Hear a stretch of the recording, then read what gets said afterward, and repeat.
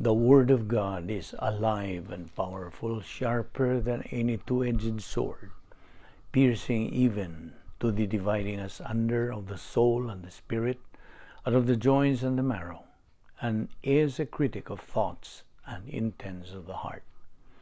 All Scripture is God-breathed, and is profitable for doctrine, for reproof, for correction, for instruction in righteousness, that the man of God might be mature, thoroughly furnished unto all good works. Study to show thyself approved unto God, a workman that needeth not to be ashamed, rightly dividing the word of truth. Always give yourselves fully to the work of the Lord, because you know that your labor in the Lord is not in vain. As we labor in the Lord faithfully, we wait patiently on the Lord, who makes things grow. Preach the word. Be ready in season and out of season. Reprove, rebuke, exhort with great patience and instruction. For the time will come when they will not endure sound doctrine, but wanting to have their ears tickled, they will accumulate for themselves teachers in accordance to their own desires, and will turn away their ears from the truth, and will turn aside to myths. We have to remember that we live in a day where biblical truth is considered hate speech, even among those who profess Christ. It is loving to tell the truth, no matter how much it may hurt the hearers. For I am not ashamed of the gospel of Christ, for it is the power of God unto salvation to every one that believeth, to the Jew first, and also to the Greek. For therein is the righteousness of God revealed from faith to faith, as it is written, the just shall live by faith. Psalm 119, 105 says, Your word is a lamp unto my feet and a light unto my path. And the gospel must first be preached to all the nations. Amos chapter 8, verse 11, Behold, the days come, saith the Lord God, that I will send a famine in the land, not a famine of bread, nor a thirst for water, but of hearing the words of the Lord. My son, do not forget my teaching, but let your heart keep my commandments. For length of days and years of life and peace, they will add to you. How happy are those who hear the word of God and obey it. Sa dili pa kita magasugod sa pagpadayon, sa pagtuon sa pulong sa Dios, ining adlaw, gikinahanglan ang atong paghimo og pagtasal, evaluation sa atong kalag, kung doon na ba tayo gitinir pa diyang mga sala, o ato kinihinganlan, ato kining angkonon nga nabuhat na itong mga sala. Acknowledge, admit, enumerate, cite, and rebound. That's what we call rebound. Kinahanglan nga ito kining ikumpisal nga ito sa tubangan sa Dios. 1 John 1:9 says, if we confess our sins, God is faithful and just to forgive us our sins and to cleanse us from all unrighteousness. Humani mo buhata ka na, ikaw maandam na sa pagpadayon sa pagtuon sa pulong sa Dios. O ikaw higala nga wala pa'y Kristo diya sa imong kinabuhi, gidapit ka, giawhag ka, dasig ka, nga unta imong himuag desisyon sa pagtuo, pagdawat kang Ginoong Jesucristo, ingon nga imong personal nga manluluwas. Karon ikaw maluwas. Acts 16:31, nagasulti sa in English, believe on the Lord Jesus Christ and thou shalt be saved. Humani mo buhata ka na, ikaw maandam na usab sa imong kaugalingon sa pagsalmot, nining atong pagbuhatong pagtuon sa pulong sa Dios nga doctrinal kini nga matang sa Bible study. Through the YouTube, ubos kini sa Vic Balbido Evangelistic Ministry. Busa, sa hilom, mag-ampo kita.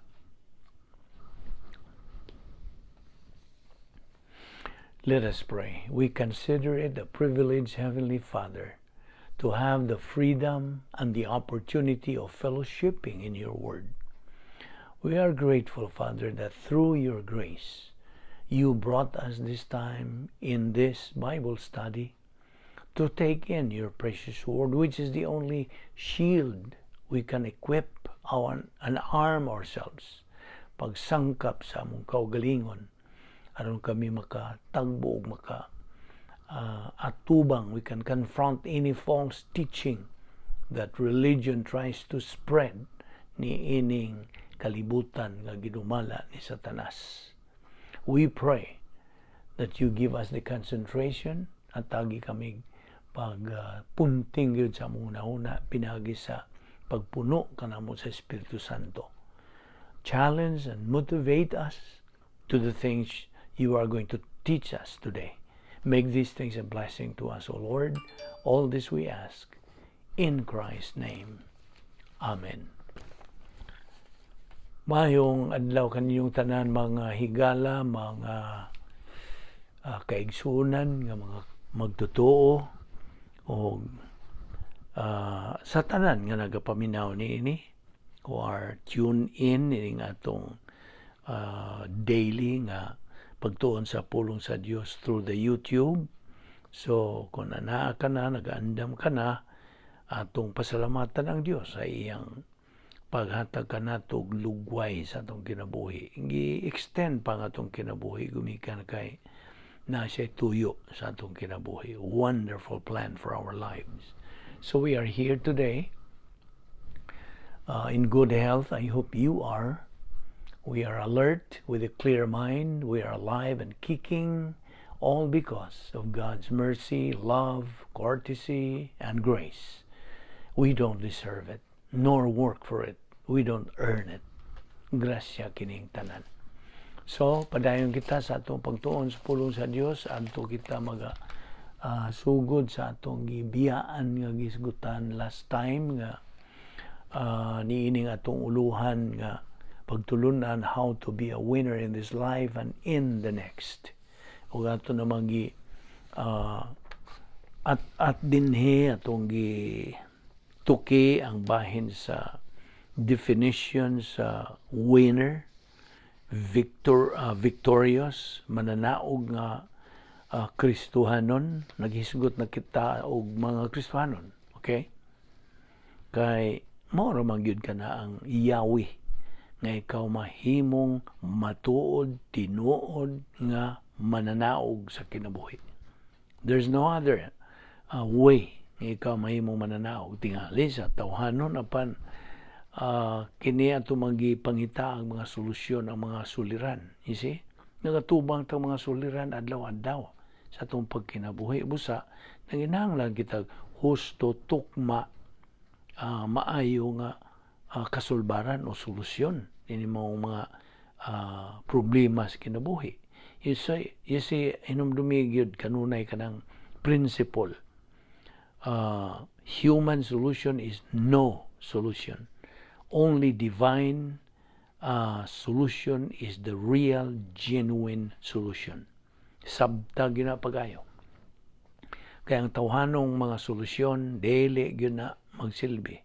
Dili yun na mulahutay. Hagba yun na. Okay? Di yun. Kaya it's not a solution. Tawhanon ganing mga solusyon. Why? Pause. Di yun na mulungtad. It should be God's solution. Ang Diyos gud ang tag-iyan ning tanan. Iyan na gud ning gipalo na tanan. Iyan tang gisangkapan sa mga solusyon sa bisag unsang suliran sa kinabuhi. Kung ikaw mo insister sa paggamit sa imong tawhan ng mga solusyon, go ahead. Kay na may principle gihapon, man is always a product of his decision. Unsa imong himuong desisyon, ikaw ra gihapon ang manubag. You are the one answerable, responsible, and accountable niya ng maong desisyon. Kasabot ka? So, sabto na to kini. Alang kini sa itong kaayuhan. Dili sa uban. Kaya individual person has his own way. But it should be synchronized. It should be in cadence with God's will. Mo bitaw nang nagtuon ta dinhi kay atong tun-an ang mga kabubuton, mga tuyo sa Dios. Unsa man nato pagkaibaw sa iyang tuyo o kabubuton kundi ta magtuon. You see? Mao nang atong i-emphasize din hatagan nato gibugaton nga unsa ka manungdanon ang pagtuon sa pulong sa Dios. Only people do not realize that. Until such time nga ang Espiritu Santo mo kumbiktar na yun kanimo. Kaya man has his own breaking point. You understand what I mean? God has his own, man has his own breaking point. Nagyo panahon nga siya makaamgo yun. So, maubitaw na gidasig kita din sa pagtuon sa pulong sa Dios. Daily, inadlaw-adlaw na ni. Hangtod nga kuhaon na ta sa Dios. Kay, ang tugon gyud sa inyo, saturate your mind with my word. And you will never regret. And I will do the rest. Muna, isangkapan natin mga solusyon. You remember, we have studied the 10 problem-solving devices nga gisangkap sa Dios kanatong mga magtotoo. Alang kanatong magtotoo lang kana. Dili na mo aplikar. Di na magsilbis mga dili magtotoo. Bisa kung saan yung apply niya na. Kaya nga naman, matunong sa kabubuton sa Dios. Nang magpatunong kanunay ta, magpahaom ta kanunay, magpasibo ta kanunay, magpahiluna ta kanunay sa kabubuton sa Dios. I hope na sabta nimo kana. Mauna nga kita nagahisgot ni mga butang nga may nungdanon pag-ayo sa atong pagkinabuhi. Kay kita god mga sakop sa kaliwatan sa tao, ang kabubuton gyud sa Dios mao nga kita masibo sa iyang will and purpose and plan. Sa man ito po pasibog, wa man tayo ganas pagtuon lagi sa pulong sa Dios. Imong gahinan gyud og usa ka oras ang pagtuon sa pulong sa Dios. Di ka makahatag sa Dios og 1 hour. Ato na lang inog 1 hour ni atong Bible study. Although dili man gyud mo lahot tayo abot og 1 hour. Kasagaran mga 30 minutes, 45 minutes. But the most is 1 hour. Di ka makahatag sa Dios niya anang panahon na nga gihatagan kaniyang 24 hours a day. Iyang hinatag na 24 hours a day gihatag sa Dios kanatong mga tao. O ang gipangayo ra sa Dios just 1 hour, the most, pagtuon sa akong pulong. Kay diha nimo makatuni unsaon nimo pagkinabuhi nga mananaog dinhi sa yuta o didto na luyo ni ining atong kinabuhi. The next life. You see? Kaya kinatong kinabuhi, lumalambay lang. Life is just a passage of time. You remember what I said? Ining atong pagtuon. Ayaw nakalimti. Life is just a passage of time. Mura taga biyahe lang din atong kinabuhi. We are in a journey. And our tumong usara eternidad uban sa Dios. You see? Mao ni kahubuton sa Dios. Now, hinumdum ka ba sa 2 Peter 3:9? Unsa magisulti diha? 2 Peter 3:9. Abriya imong Biblia. Now, kung yun nga itong pagtuon sa pulong sa Dios, gikinahanglan kag Biblia. Okay? The Bible. Tingaling ubang mga Bible ninyo nagyagup-up na diya sa mga suok. Ang uban ninyo hindi pong ipang display tingali sa inyong sala nga mao ka na lami nindot kayong hitsura sa Bible pero wa din na abrihe wa din na tuni na way post ka na. Ang ato dinhi tun-an na to ang pulong sa Dios, ablihan na to, paklion na to na. O gikinahanglan tao sa pastor magtutudlo nga may gasa sa pagtudlo nga gitugahan sa Dios niya nang spiritual gift sa pagtudlo sa pulong sa Dios nga binasihan sa original languages nga gigamit niya na aron matuhog gyud nimo, masabtan gyud nimo ang buti pasabot sa Dios sa iyang pulong. Okay, abrihang Biblia diha. 2 Peter 3:9. Segundo Pedro kapitulo 3 bersikulo 9. Kung sa gisulti diha, kung naa ka na diha. It says, God is not willing that anyone should perish, but that all should come to repentance. Ang buot ipasabot, dili buot ang Dios nga naay malaglag, kundili ang tanan unta maluwas o maghinulsol. Ang buot pasabot ng paghinulsol nga, pag imong paghinulsol, imong pagdawat kang Ginoong Kristo, ingon nga imong personal nga manluwas o ikaw maluwas. No, dili na pasalig sa tao, pasalig na sa Dios. Kaya unsay pasalig sa Dios, iya ginang tumanon. Di na siya Dios, kundi siya mutuman. Sabot ka? So, He is not willing. Dili siya buot nga naay malaglag. Dili siya buot nga naay muadto sa impyerno. Kundili ang tanan unta. Nganong na may unta? Tungkol man sa kabubutos tao. He may or may not. You see? So, ang kabubuton mo ay usas mga dagkong isyo sa atong kinabuhi. Atong kabubuton. Yung gamit magasing mong kabubuton nga maminaw kakaroon nitong gisgutan. Diba?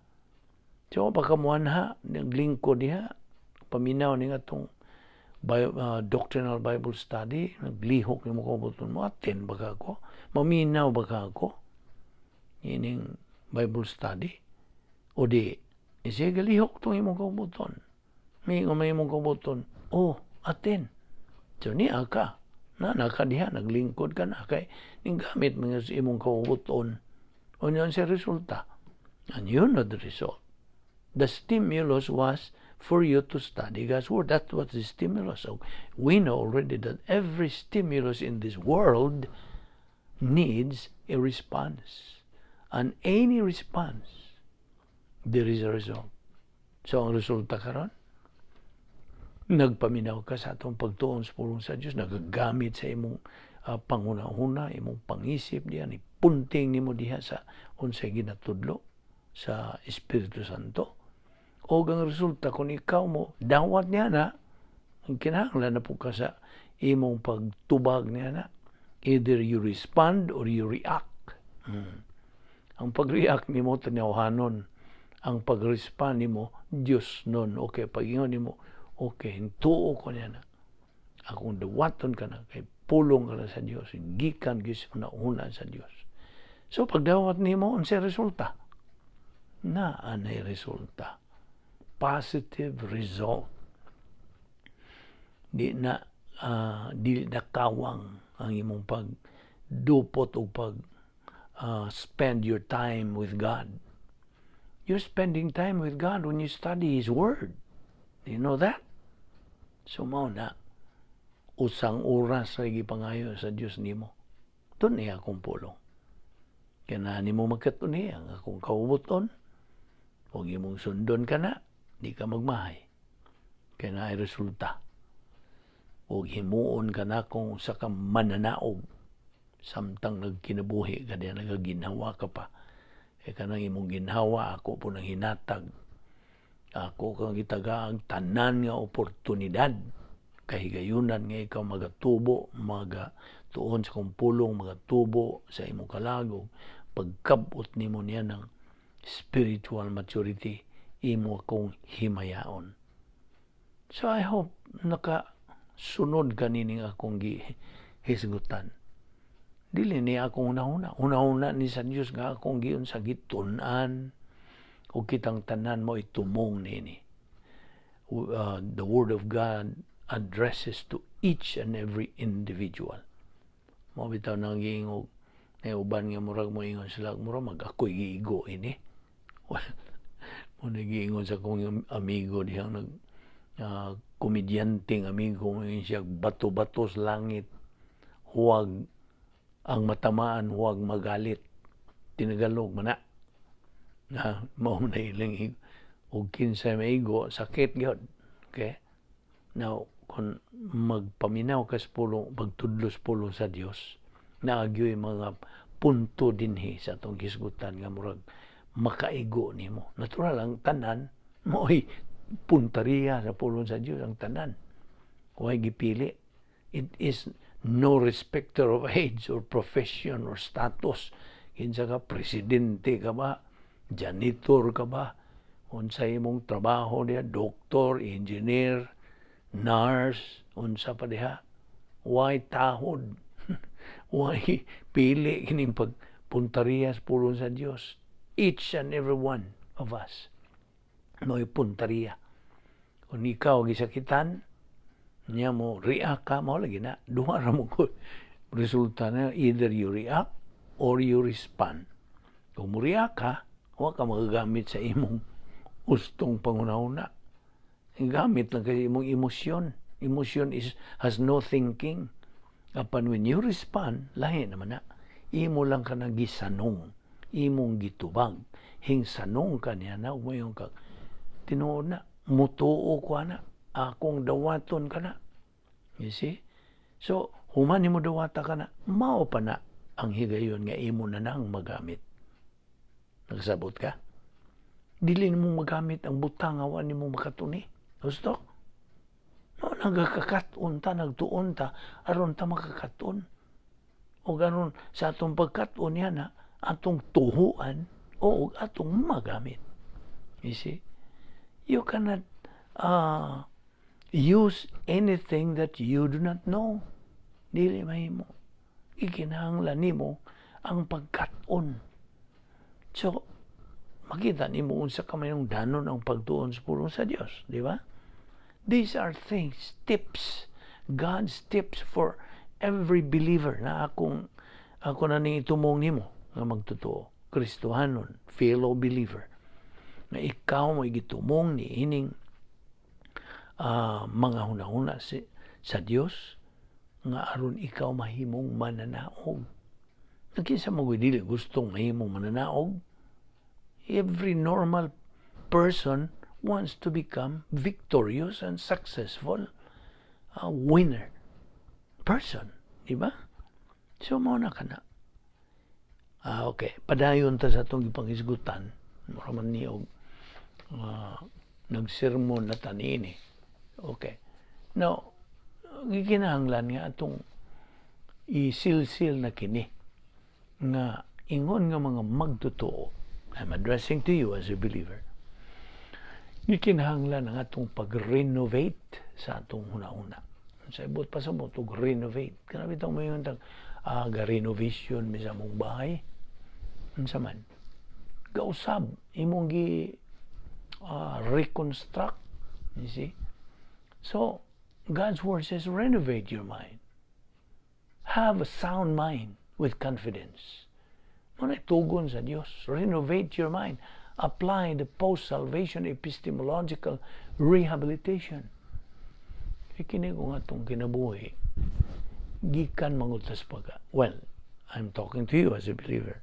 Kitang mga magtotoo, gikan tas pagka dili magtotoo. Gusto? We were formerly unbelievers. Kay unbelievers man ta,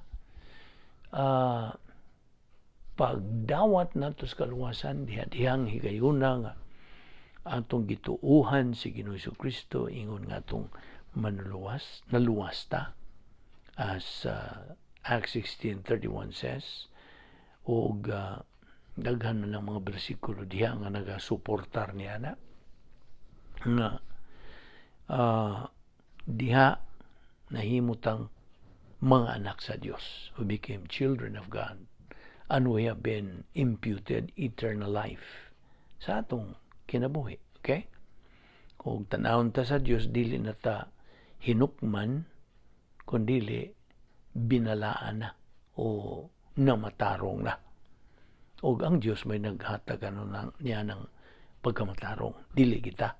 Okay? Okay, so pagkahimo na itong magtotoo, atong bag-uhon lagi, renovate our mind. Kaya imagine sa dili pa kita magtutuon sa may nagahanog sa itong pangunahuna. Puro sa mga tawanong pangunahuna, right? Mga human viewpoint.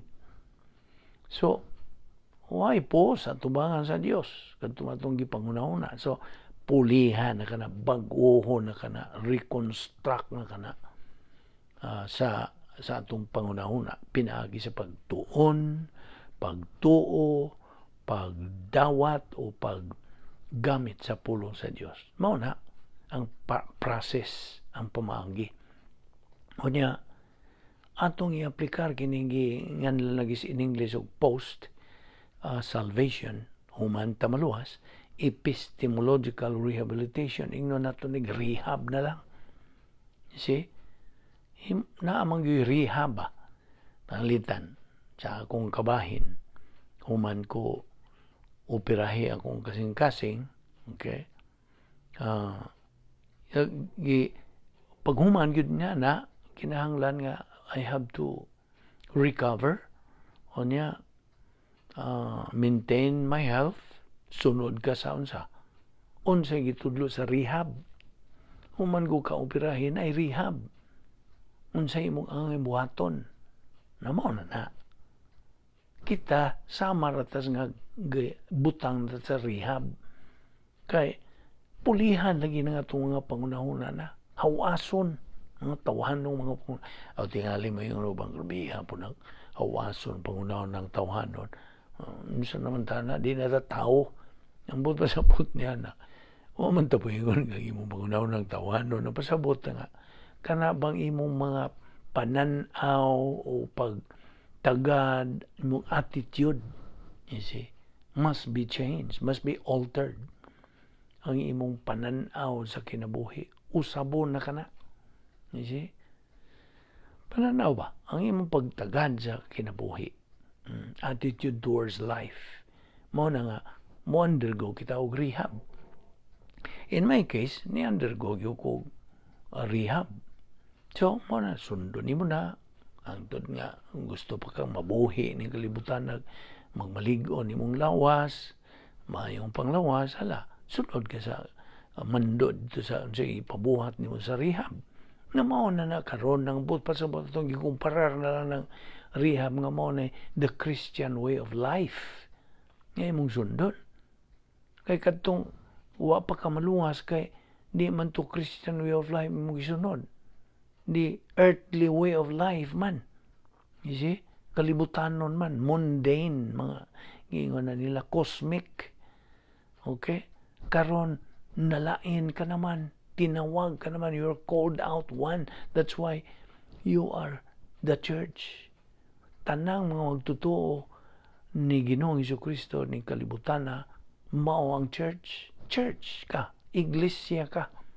Ano sa may pasabot niya na? The called out ones, ano sa gipaglain na kita, o gikan sa atong pagkinabuhi nga way tumong, nga dili pa ta magtutuo, karon ana kanay tumong. Okay? So mo nang pasabot diha sa post-salvation epistemological rehabilitation. Unya, okay, padayon ka. Mo na niya nga itong gisgutan nga mga steps, mga lakang nga imong pag-sundon aron ikaw makalahu, no, di kay makalaho tayo kanang musutoy ka na. Okay? Musutoy ka na ngantos pagpadung sa imong tumong among spiritual maturity. So, ang lakang nini is prioritize God's Word. Himuang pasiuna nimo ang pulong sa Dios. Prioritize. Talking about priority. Kitang tanang tao na atay priority. Tagsa-tagsa ka nato, di ba? Each individual person has his own priority in life. Imo tingaling priority, imong asawa. Imo tingaling priority asawa, ang imong bana. O imong priority ingon nga ginikanan ang imong mga anak. So mo na ang but pasabot sa priority ang imong number one nga gitagad. Okay?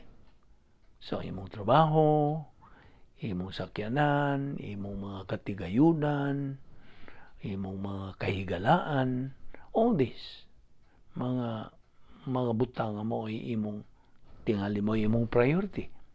Ang Dios nga maunang imong amahan, human ka mo dawat ni Ginoong Hesukristo ingon nga imong personal nga manluluwas, buot sa Dios nga ang iyang pulong mo imong priority. Nakita nimo? Dili siya buot nga mag-prioritize ka pa gawas sa iyang buot nga mo atong i-prioritize ang iyang pulong. Hinumdumi nga si Ginoong Hesukristo mao ang living word, buhi nga pulong. Ang Biblia nga ang contents niya na mao ang pulong sa Dios, mao na ang huna-huna ni Kristo. Pulong sa Dios, ang Biblia mao'y written word, sinulat nga pulong. Si Kristo mao'y buhi nga pulong. Okay? Ug kining duha di nimo na mabuwag. They are the same. They are one and the same. So, kung pangunta kasagaran no pangutanon nimo, gihigugma ba nimo si Ginoong Hesukristo? O pagka mao mas pangutana, good. Now, sundi dahil sa pangutana, gihigugma ba nimo ang pulong sa Dios? Na diha ang daog, muingon man ang kasagaran.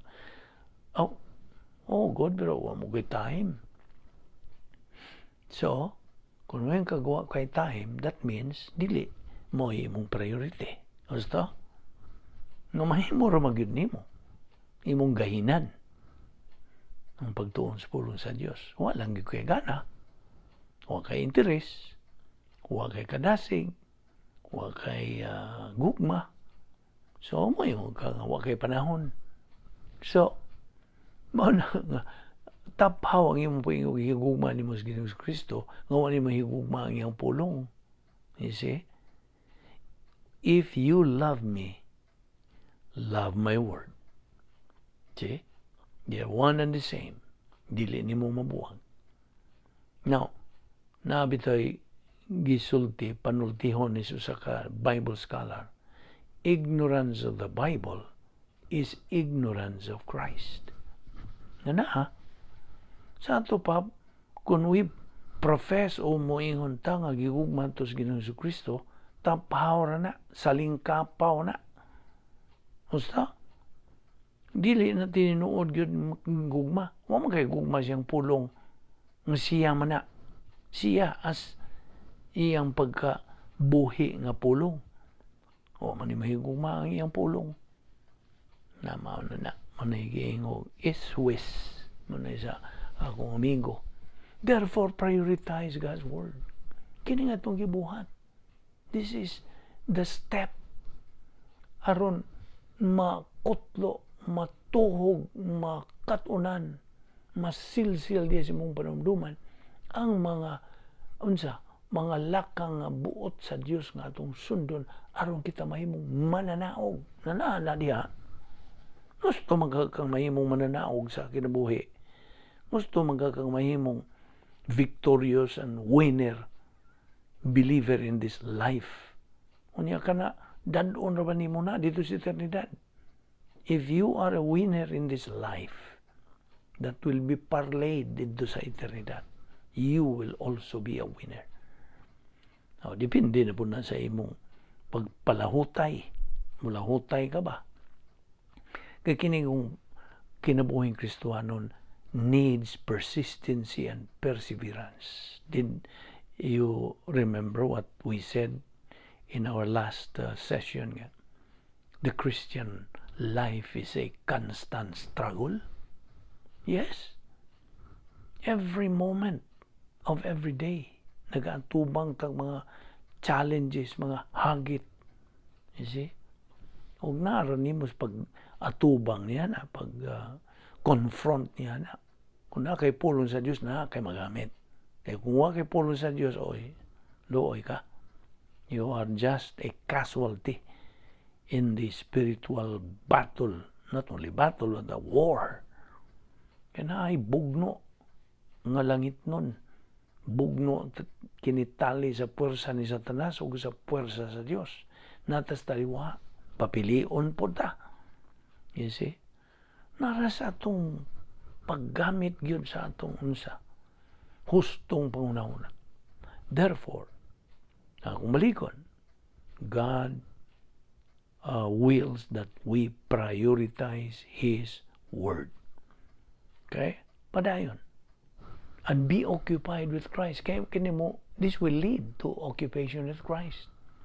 Sa imong pag-prioritize sa pulong sa Dios, mao naman imong pasiuna, hala, sige kag tuon, hala, sige. Padayon gyud, malahutayon ka, masubayon ka, matinumanon ka, makugihon ka. This will lead. Paminaw, this is going to lead you to occupation with Christ. Maokupado ka na kang Ginoong Kristo kay ang imong gibuhat prior to that mao man nga imong gi-prioritize sa iyang pulong. Okupado ka na siyang pulong. Karon sa imong pagpadayon nini sa imong spiritual momentum, this will lead you to occupation with Christ. Siya na ang numero 1 gyud na okupado ka na sa persona o sa pagka-Ginoong Kristo. Just imagine, tanang mga pananaw ni Muslim kinabuhi si Ginoong Kristo. Siya na ang naagyod, nagahari na, dominate na sa imong pangunahuna. Kaya ang iyong pulong ning circulate na ko, nagaliyok na diha sa imong galaman. It's already circulating in the stream of your consciousness. So, akong iyon mo, pulong sa Dios o si Ginoong Kristo, one and the same. Okay? So mo na, be occupied with Christ na. Okupado ka na. O ka na, automatic na ka na. Dili kayo mong paningkamutan nga, gusto ko maokupado ang Kristo. So, pag okupado ni mo, magkagana lagi sa pagtuon siyang pulong. Kasabot ka? So, unsa man itong giingon na itong operation nga PTA. Dili na Parents Teachers Association. PTA. A believer, a Christian must be in the right place. P. At the right time. T. With the right attitude. PTA. So, kinahanglan ta naanta sa right place at the right time with the right attitude. Kung sabot, we must be in the right place. Kini, yung atong gibuhat karon. Nagtuon tas po sa Diyos, this is the right place. Basta, a believer must be in the right place at the right time. Tukma gyud nga panahon sa pagtuon sa pulong sa Diyos. Nagapunting ka sa imong una-una. Niining tun-an natong pulong sa Diyos. Wa ka magunahon sa ubang sa gawas, wa kalimtan mo na imog yung itutok, ipunting. Maramantingan li binisaya nga itong makuha, punting, pag concentrate. See? Aron, okay, ang tulo nga attitude mo na, with the right attitude. Ang buot pasabot, tukma husto ni mong pagtagad sa pulong sa Diyos. Now, there are 3 kinds of pagtagad. 3 kinds of attitudes nga a believer can have. Ang una nini, unsa? Cold attitude. Ikaduha, lukewarm attitude. Ang ikatulo, boiling hot attitude. Cold. Cold. Bugnaw ang imong pagtagad. Bugnaw, wa kay gana. Ikaduha, ang unsa, lukewarm. Unsa may lukewarm sa Bisaya, di ba ni inadlaw? Okay, lukewarm, murag ang ba ang imong pagtagad. Sa murag ganahan ka sa di mo nagingon og intermittent ang imong pagtagad. Dili persistent, dili consistent. So mo na nga ikatulo nga attitude, maong boiling hot, kanang nagabukaw-bukaw gyud. You see? Mao ba na Visayan, nagbuka-bukaw, boiling hot, nag-urot-urot yun ang imong pagtagad. Init yun ka sa pagtuon sa pulong sa Dios. Kanindot yun ang imong attitude nga moingon ka na, huy, murag, I am looking forward. Tutok na gyud ko sa among Bible study. Nga karon amo na pong himuon. You see? Nga ikaw na sa husto gyud nimong pagtagad. Boiling hot ka na. Now, okay, padayon kita. Unsa mga ubang mga steps? Now we're talking about steps. How to be winners as believers. Now we have to do things as unto the Lord. Tanan nga itong paghahimuon sa itong kinabuhi as unto the Lord. Okay? Alang sa kabulahanan sa Dios, dili sa itong kaugalingon. Di agad isulti ni Pablo, Apostol Pablo ingon. May God increase, me decrease. Sabot. Nga hinaot ng Diyos may tuboy, increase, uswag, ako, us-us. Siyambot ba sabot niya na nga you want to praise God, you see, glorify God, nga siya ang mo increase, kita mo decrease. Kaya waman tayo mga hinungdan kung why Diyos. Okay? So, kini nga itong gipang hisgutan, mga lakang kini, to develop capacity for life. Capacity for life. Oh, by the way, ayaw kalimot nining bersikulo diya sa Roma. Nga, ang imong pagtuo, that faith, okay, ma-develop kini. Okay? Sa tingali, sa bago ka pang nahimong Kristuano, nang imong pagtuo, dili kayo mainiton o ligon. Kaya nga naman, bago pa kang nahimong magtutuo. So, in God's Word, na po isulti diha nga, faith cometh by hearing, and hearing by the Word of God. Asa man na nimo makita? Abriha ang imong Biblia diha. Romans 10:17. Roma, Kapitulo 10, versikulo 17. Unsay gisulti? Akong gi-quote a while ago. Faith, ang pagtuo, cometh by hearing. Mudangat niya kanimo pinagi sa mong pagdungog, and hearing by the Word of God. Pagdungog nimo, pagpamati nimo, sa unsa pulong, pagtudlo sa pulong sa Dios. Ang pinagiran ni atong pagtuon sa pulong sa Dios nga ma-develop nimo, maugmad nimo ang imong pagtuo. You see, sa bago ka pang nahimong magtutuo, when you were still a child, baby believer, wa pa kayo, dili pa kayo ligon ang imong pagtuo. Ang pasabot nga wa pag kay minus pa man lagi ang imong nahibaw ang mga pulong sa Dios. You see? So, your faith, that faith can be developed. Maugmad ka na as you listen, as you hear the teaching of the Word of God. Mao na yung process nga itong gihimo. You see? Mao na ang gikinahanglan ng imong pagpunting sa mga nauna lagi. Pagtuon sa pulong sa Dios.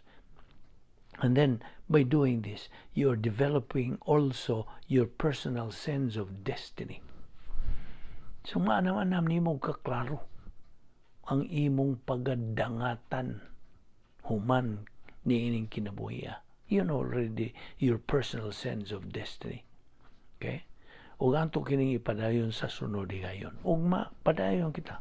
Ni apay labihang kadaghan ng mga pagtulunan.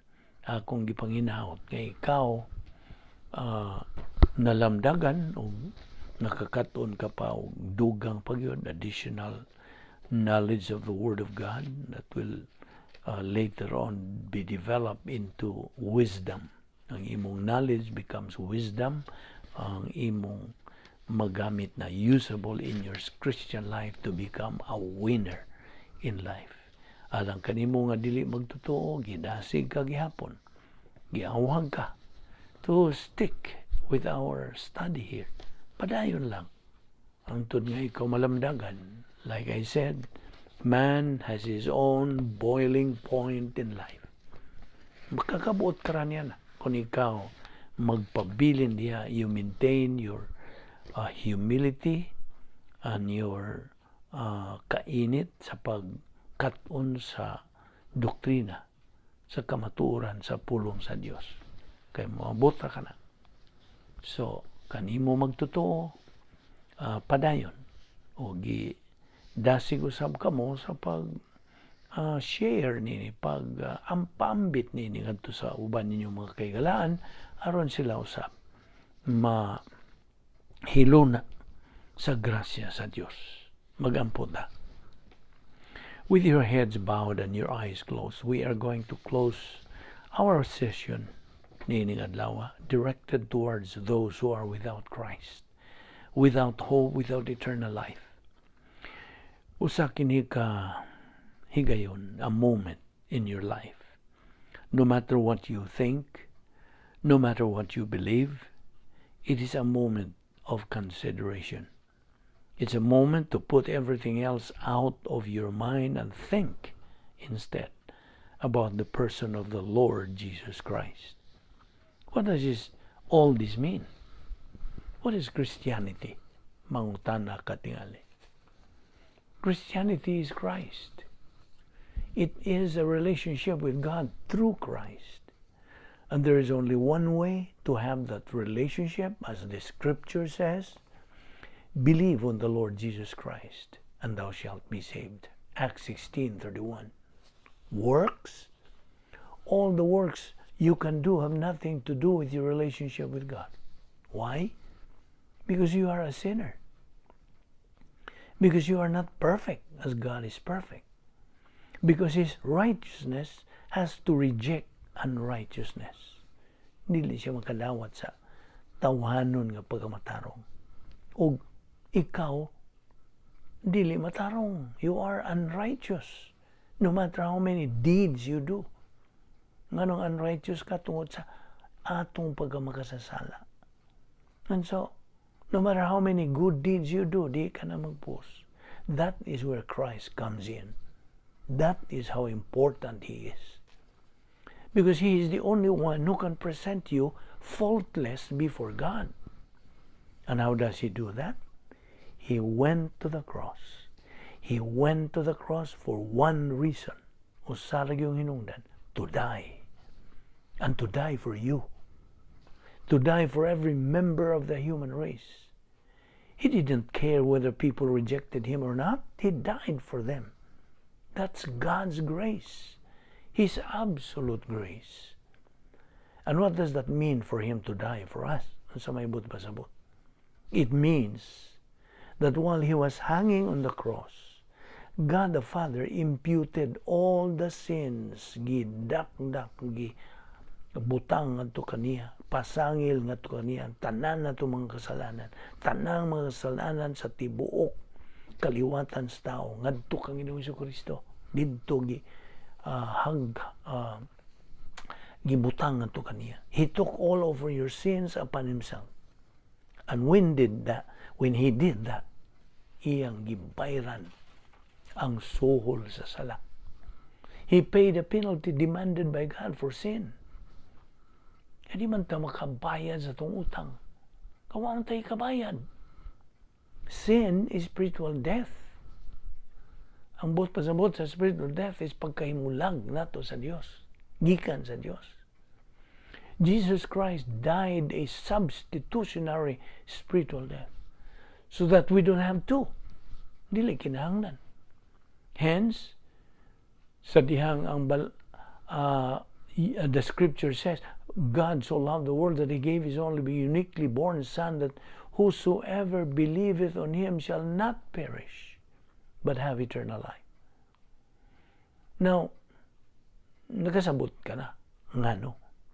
We also know that by grace, We have been saved through faith, and that salvation is not of yourselves. It's a gift, gasa sa Diyos, not of works, lest any man should boast. Paul wrote that. Siya ang nagasulat niya na, because he understood grace. And he understood the importance of what Jesus Christ did. Busa, karon, niinig yung higayon at this moment of consideration by your thinking, do I believe or do I not believe? Kay tungod kay mao ka na ang issue.